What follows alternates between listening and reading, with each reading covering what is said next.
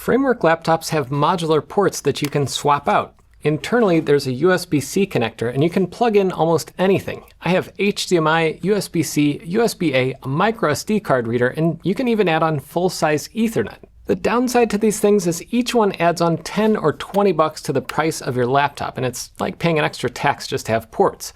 But there's another little problem. The cute little boxes that these come in cover up some internal complexity. Not on the modules, but on the laptops. The problem is USB-C. Like, look at the MacBook Neo. It has two USB-C ports, but one is USB 3, the other is USB 2, and one can do display out, the other can't. On some of my laptops, one USB-C port can be used for powering it, and the other one can't. And on these frameworks, some ports are USB 3.2 Gen 2x2, others are USB 4 with Gen 2x1, and these things don't matter if you're plugging in like a mouse or a printer, but they matter a lot if you plug in this, a 10 gig Ethernet adapter.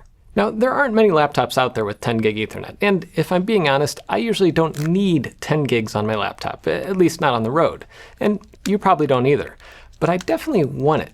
And I even have an excuse for it, like when I'm copying a 100 gig video project off my NAS to edit on the road, or when I'm recording multiple raw camera feeds. Framework already has a 2.5 gig expansion card, and honestly, that's going to be the best bet for most people. But if you want more, there is this guy. Framework teamed up with WizPi to make this 10 gig module, and my guess is it'll be under $100 when it's available. There's a USB-C plug on one side and an Ethernet jack on the other side. In the middle is a Realtek RTL8159 10 gig USB 3.2 Ethernet adapter. This is the exact same setup as WizPi uses in their external Ethernet adapter that I reviewed in this main channel video.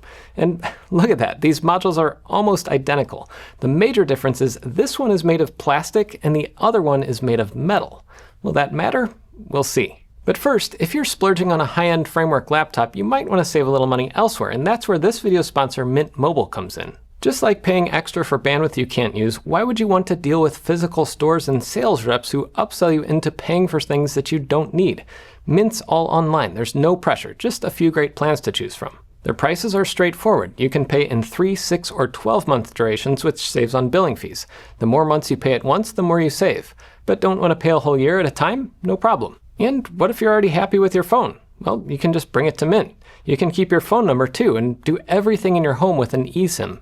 Every plan comes with a 7-day unconditional money-back guarantee and includes unlimited talk and text on the nation's largest 5G network. There's also free calling to Mexico, Canada, and the UK. And as long as you don't expect to saturate a 10 gig connection, they even let you use your phone as a wireless hotspot for your computer. Use the QR code or the link in the description to sign up and stop overpaying for wireless just because that's how it's always been.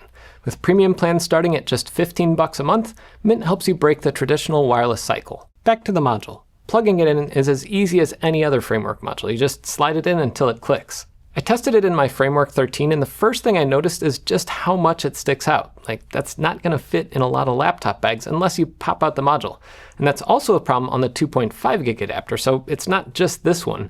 Unfortunately, the Ethernet jack is just too tall to fit inside the laptop's dimensions. But when I got to testing, I noticed a couple things. First, I couldn't get 10 gigabits. I mean, I expect that the maximum real-world throughput you can get is like 9.4 gigs, but I couldn't even get that. Testing with iPerf 3 and Windows 11 using Realtek's driver, I only got 7.4 gigs.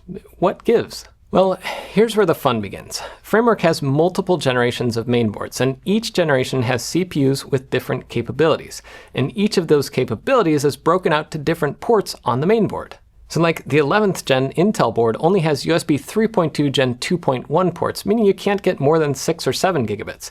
And my Framework 13 with its AMD AI300 chip supposedly supports USB 3.2 Gen 2x2 for the full 10 gigs on 2 of the ports, but that doesn't mean you're going to get top speed. On my laptop with the base spec AMD 340 chip, I could only get 7.3 to 7.4 gigabits. And yes, I tried all 4 ports. I plugged into each one, and thanks to some comments on my other video, I found out this neat app called USB Tree Viewer.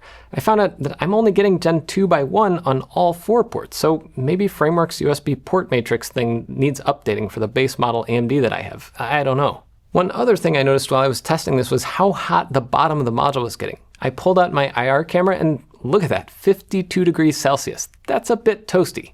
It's not like burn your finger hot, but it's definitely not what I'd call comfortable. Anyway, switching tracks, I also have a Framework 12 now, and despite not liking the screen that much, it looks like the Intel chip in here should also support USB 3.2 Gen 2x2, which is 20 gigs, at least on the right side ports. And testing in Ubuntu, it does show up as a 20 gigabit port, but with iPerf 3, I could only get like 7 to 8 gigabits. I mean, that's a little better than Windows on the Framework 13, but it's still not near the limit. I also noticed the temperatures were going up a little more too, maybe because the chip is using its full bandwidth now. It's up to like 58 degrees Celsius now, and that was after running a longer test where it stabilized around 8 gigabits, or just over 1 gigabyte per second. A bidirectional test where data is going back and forth wasn't quite as nice, and I think this is a driver issue, despite this being on the latest Linux kernel, which is 7. And I even tried downloading Realtek's driver, but the kernel on this version of Ubuntu is too new for that, so I couldn't get it to compile. So next I switched over to Windows 11, which I hadn't installed on the 12 before, so I installed it off a USB stick I made in Rufus. And then when I did that, I noticed I couldn't get any Ethernet at all. I guess this Realtek chip is just too new for Microsoft to include a driver for it in their default install. So I plugged in an older USB Ethernet adapter and ran Windows Update. Eventually, the driver installed and I was getting about 7 gigabits, which was worse than Linux. USB Tree Viewer this time was at least showing the port as 20 gigs, which means it's working at the full USB 3.2 Gen 2x2, so that's a good thing, but would it work better with Realtek's driver straight from their website? The answer is yes. I'm finally getting over 9 gigabits, 9.4 to be precise, and that's about the real-world limit. And bidirectional tests are giving me about 15 gigs total now.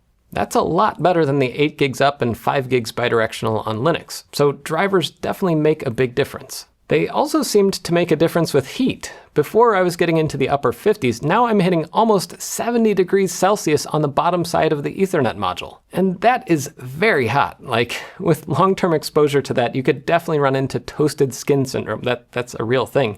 And I remember that from the old days of Intel Mac laptops where people would burn their legs on the middle part of the back of those things. Now, I asked about this, and I was told the IEC 62368-1 safety requirements specify short-term contact should not exceed 77 degrees Celsius, which this doesn't, but it's getting awfully close. So I would definitely recommend against using this thing on your lap if you're going to use it for more than like 10 seconds. The 10 gig module on here is better if you can run it on a desk or maybe in the desktop. That's right, it also works in the desktop, except don't plug it into the 2 expansion bays in the front because those slots don't support full Gen 2x2 speeds. With some help from WizPy, I put together this performance graph. Here are some of the maximum speeds you should expect, in the best case, from any given framework combo.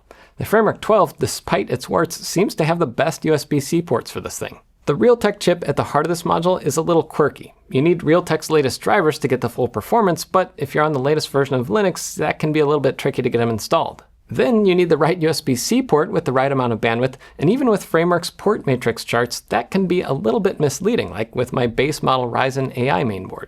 And finally, you can't really use it on your lap unless you want it to literally toast some of your skin.